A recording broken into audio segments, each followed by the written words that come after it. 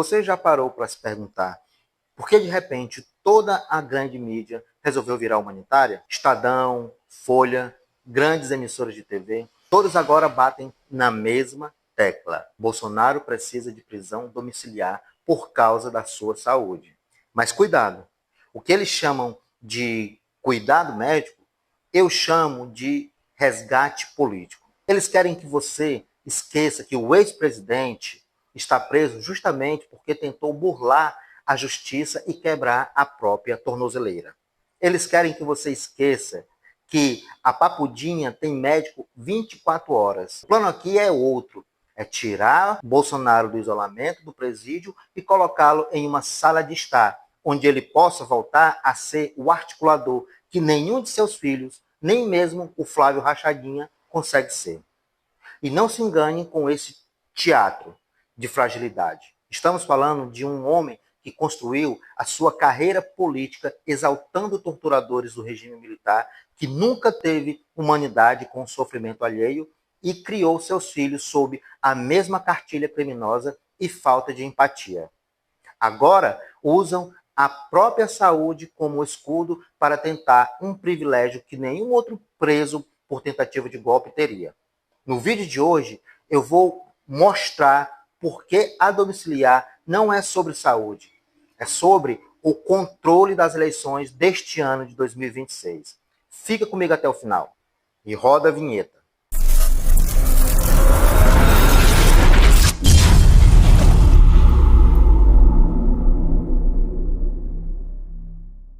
Olá, meus amores da vida dos outros, tudo bem com vocês? Eu espero que sim. Eu sou Reinaldo Manfredini, o criador, o apresentador, o editor, o roteirista. Eu sou o beija-flor que tenta apagar um incêndio florestal com a água que leva no bico. Deste canal Progressista Nerd, onde eu falo de tudo que me convém e que pode interessar vocês também. Sejam todas bem-vindas e todos bem-vindos. E se puderem e quiserem me ajudar com qualquer valor, eu vou deixar um QR Code aqui do lado, na tela durante todo o vídeo. Eu vou deixar a chave Pix também no primeiro comentário fixado para você que está assistindo pelo celular, ok? E sim, eu faço a minha parte, pois o meu intuito aqui é combater o fascismo que insiste em implantar no Brasil, porque dessa vez a possibilidade de ser instalado aqui é real. É só relembrar a história atual do Brasil e a história como um todo. Plínio Salgado não conseguiu naquela época, mas agora o buraco é mais embaixo. Estude mais um pouco a história, porque o conhecimento sempre foi, sempre será algo que nunca roubarão de nós. E eu já vou pedindo para que deixem um like. Sim, meu povo, isso é muito importante para mostrar para o YouTube que este conteúdo é relevante e assim possa entregar para mais pessoas que, como você, se preocupa com o nosso povo e com a nossa liberdade institucional e com o futuro dos nossos filhos e os filhos de nossos filhos.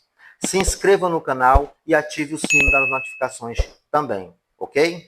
E para você que não conhece meu canal, eu te convido a conferir, depois desse vídeo aqui, os outros vídeos do meu canal. Você é sempre muito bem-vinda e muito bem-vinda, ok? Dito isso, vamos para o tema.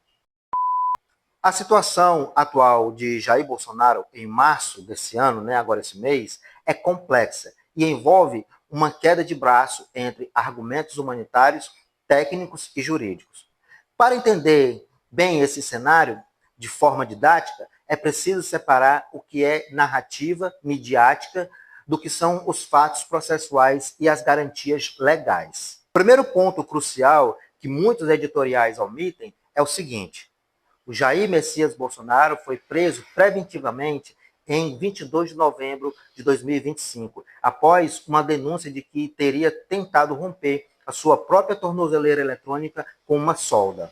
Com o agravante de que, na época, a Polícia Federal sustentou que o ato fazia parte de uma estratégia de fuga articulada durante uma vigília convocada pelo seu filho, o senador Flávio Rachadinha. E isso trouxe sim uma consequência. Quando um réu descumpre medidas cautelares, como por exemplo o uso da tornozeleira, o Código Processual Penal autoriza a conversão em prisão preventiva, pois entende-se que as medidas cautelares leves não são suficientes para garantir a ordem ou a aplicação da lei. Prisão domiciliar humanitária versus monitoramento na Papudinha. A defesa alega que o estado de saúde dele, recentemente internado com broncopneumonia bilateral, exige cuidados que só a residência permitiria. No entanto, o argumento técnico contrário segue uma linha de raciocínio: a estrutura da unidade. A unidade onde ele se encontra, conhecida como Papudinha, na ala de vulneráveis, possui atendimento médico e suporte para ex-autoridades. Direitos de ex-presidente. Mesmo preso, o Tribunal Regional Federal da 6ª Região, o TRF6, confirmou em março deste ano, agora este mês, que Bolsonaro mantém o direito à equipe de apoio e segurança custeada pela União. Isso significa que ele tem uma estrutura de assistência que um detento comum não possui: o risco de fuga. O ministro Alexandre de Moraes tem negado os pedidos de domiciliar, justamente citando que o histórico de tentativa de violação da tornozeleira demonstra que a vigilância estatal direta no presídio é a única forma segura de mantê-lo à disposição da justiça. Crimes contra o Estado democrático e a anistia e a impossibilidade dessa anistia têm criado, juridicamente falando, um debate intenso. Bolsonaro foi condenado, ou responde, dependendo do estágio exato do acórdão do STF, por crimes contra as instituições democráticas, ou seja, golpe de Estado. A Constituição Federal e a legislação penal impõem restrições severas a crimes hediondos e contra o Estado democrático de direito. Embora a anistia seja uma prerrogativa do Congresso Nacional, via lei federal, existe um forte entendimento jurídico de que crimes que atentem contra a própria existência da democracia são inamnistiáveis por natureza constitucional. Flávio Bolsonaro é, de fato, pré-candidato à presidência e lidera pesquisas em diversos estados. Seu projeto principal é a liberdade do pai. Somente isso e nada mais do que isso. Contudo, mesmo se eleito, o presidente não pode simplesmente anular uma condenação do STF via decreto, que seria o indulto, né? Se o crime for classificado como impeditivo e qualquer tentativa de anistia via legislativo seria certamente questionada pela Suprema Corte.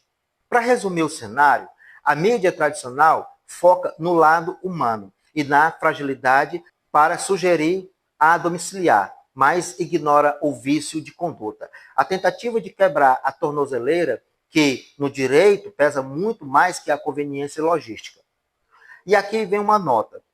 A segurança de um ex-presidente em um hospital de custódia ou ala especial é, tecnicamente, superior à de uma residência privada, onde o tempo de resposta para uma emergência médica depende de fatores externos que o Estado não controla. Eu tenho um raciocínio que toca no nervo exposto da política brasileira atual. A diferença entre estar vivo e estar politicamente ativo. A transferência para o hospital DF-Star e a pressão pela prisão domiciliar não são apenas questões de saúde, mas uma estratégia de devolver a Bolsonaro o que ele perdeu na cela: o microfone e a articulação. O busto de égua prenha, gostemos ou não, tem o que se chamam de fator articulador. E por que Jair Messias presidiário em casa é diferente? Ora, vejam, isso faz sentido quando olhamos para as limitações reais de uma ala de segurança máxima em comparação com uma residência privada. Mesmo com tornozeleira. No presídio, ele está num buraco negro informativo. Na Papudinha, o controle de visitas é rígido. Cada entrada de advogados ou familiar é registrada e não há acesso a celulares ou internet. Para um líder populista acostumado a criar factoides, fake news e todo tipo de cortina de fumaça para que não possamos enxergar de fato quem ele é, o silêncio é a morte política. Eu acho pouco. O setor financeiro e a extrema-direita tremem nas bases só de saber que, sem Bolsonaro articulando, o espólio político deles se fragmenta. É só ver como alguns que eles tinham como aliados estão brigando uns com os outros. Veja o caso do Bananinha e do Nicolas Ferreira, por exemplo, no caso que é a Nicole, né? Flávio Bolsonaro, embora herdeiro político, não possui o mesmo carisma de massas e nem a mesma autoridade sobre o gado comum, que é aqueles malucos no meio da rua com a camisa da seleção brasileira e bandeira do Brasil, Israel ou dos Estados Unidos, tomando raio no chifre no meio das manifestações. É aquele povo lá. E também as diversas áreas do rebanho de elite, que são os militares, os evangélicos ricos e milionários e o agronegócio. A domiciliar para o Satanaro é como um escritório político. Na prisão domiciliar, o monitoramento foca no deslocamento físico, não necessariamente na comunicação. Em casa, as articulações são facilitadas e a circulação de assessores, parlamentares e aliados, sob o pretexto de visitas humanitárias, é muito mais difícil de controlar. E aí vem a teoria do teatro. A internação no DF-Star serve como uma ponte de ouro. É um ambiente privado de alto luxo que suaviza a imagem de presidiário e substitui pela de um enfermo injustiçado, preparando a opinião pública para aceitar que ele não volte mais para o presídio. Há uma ausência de substitutos à altura real. Todos os nomes que a extrema-direita e a mídia hegemônica ventilou, todos têm o nome sujo de alguma forma, absolutamente todos. A grande mídia e o setor financeiro muitas vezes buscam uma terceira via, ou um nome de direita mais moderado. E aqui, galera, eu já vou, deixar bem claro que para que vocês não caiam nessa história de direitista moderado. Isso não existe. Jamais existiu e nunca existirá. Simples assim. Enfim, eles percebem que em 2026 ninguém consegue transferir votos como o Satanaro. Se o bucho de égua prenha estiver em domiciliar, ele poderá tocar o berrante com mais vontade para chamar o gado que sente falta desse som. Ele pode gravar vídeos, dar orientações estratégicas para a campanha de Flávio Rachadinha ou de outros aliados e manter a militância e o rebanho do gado ainda mais aquecidos. No presídio, ele é um símbolo estático. Em casa, ele é um agente ativo. Quem acompanha a política com um olhar crítico e raciocínio lógico, sem nenhum viés doutrinário, perceberá que o que corrobora esse meu pensamento é que o judiciário parece estar ciente desse teatro. As negativas de transferências definitiva baseiam-se no fato de que hospitais não são presídios. A segurança do DF-Star é privada, o que facilitaria comunicações externas não autorizadas. O histórico de fuga. A tentativa de romper a tornozeleira no passado é o argumento perfeito para manter o regime fechado. Se ele tentou fugir fisicamente, quem garante que ele não usará a domiciliar para burlar as restrições de comunicação? E a conclusão é o seguinte: quando a gente começa a pensar em tudo isso, isso começa a fazer todo o sentido no xadrez político. A luta pela prisão domiciliar pode ser, na verdade, uma luta pela reabilitação da capacidade de comando. Em 2026, com as eleições presidenciais batendo a porta, um Bolsonaro calado na prisão é um peso morto para os aliados. Já o bucho de égua em casa, mesmo doente, e aqui a gente tem que concordar com o Valdemar da Costa Neto, né? A gente pensa a mesma coisa. Se ele sair do presídio, ele ficaria bonzinho da Silva. Mas enfim, mesmo esse merda doente, ele é um general coordenando tropas via intermediários. E olha só, gente, tentem enxergar isso da seguinte forma. Esse pensamento não é apenas um mero palpite. Ele toca na engrenagem central da política brasileira, que é a diferença entre a custódia física e a custódia da voz. Para quem observa o tabuleiro de 2026, fica claro que a luta pela prisão domiciliar não é apenas uma questão de cama macia ou comida caseira. E parece que foi que deixou ele ficando doente, né? Cada vez mais, né? É uma luta para furar o bloqueio da comunicação que a papudinha impõe. É um vácuo de liderança. A mídia hegemônica e o setor financeiro percebem esse vácuo.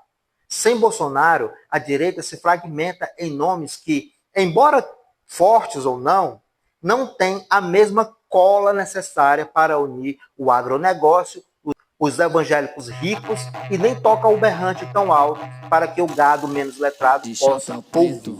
O Busto de Água Prenha já fez isso uma vez e pode fazer isso de novo, sem nem sequer pensar duas vezes. A internação dele é como um palco.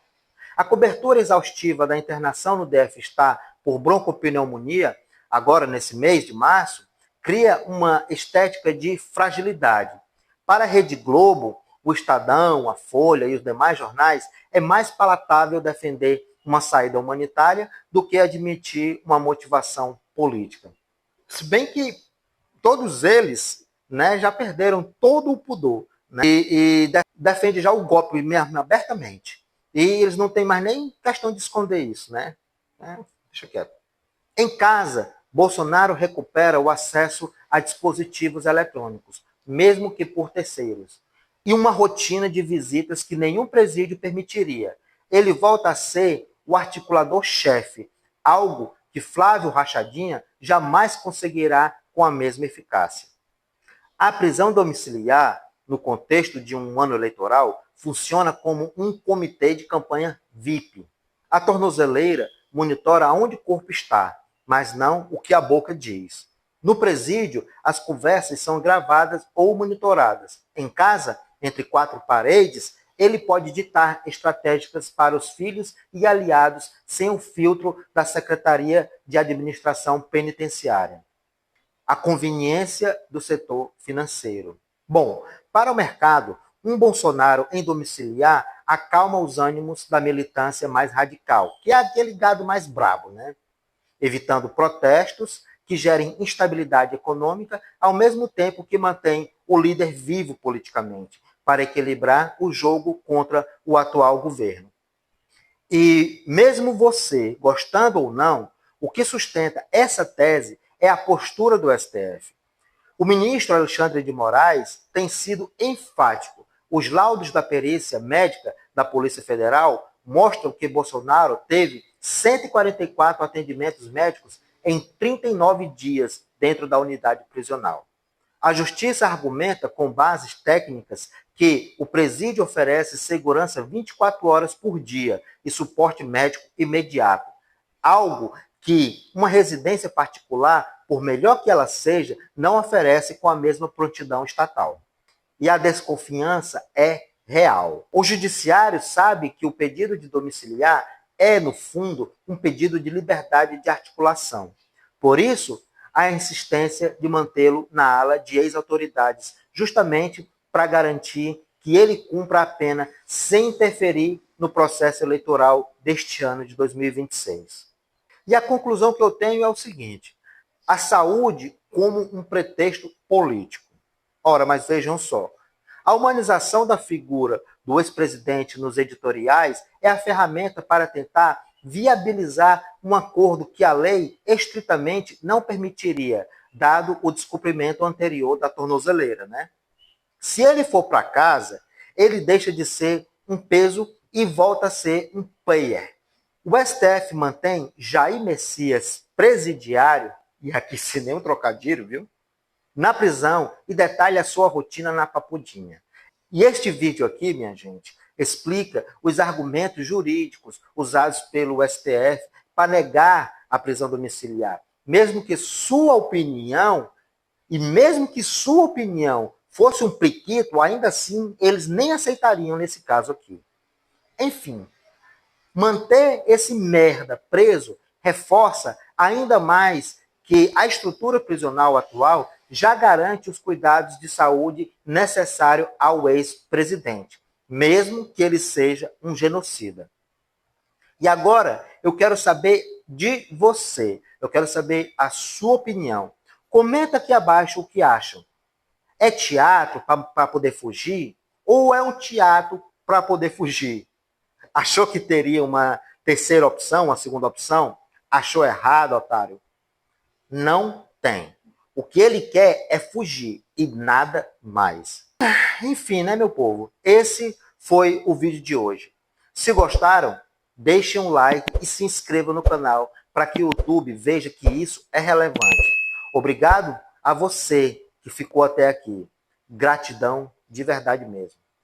Tentem, eu sei que é uma tarefa difícil, mas tentem abrir a mente de quantos conseguirem. Se conseguir um ou dois, não tem importância, já é muita coisa. Se conseguir abrir a mente dessa gente, já é muita coisa. Lidar com gente já é difícil. Imagina gente que já é boçal narista.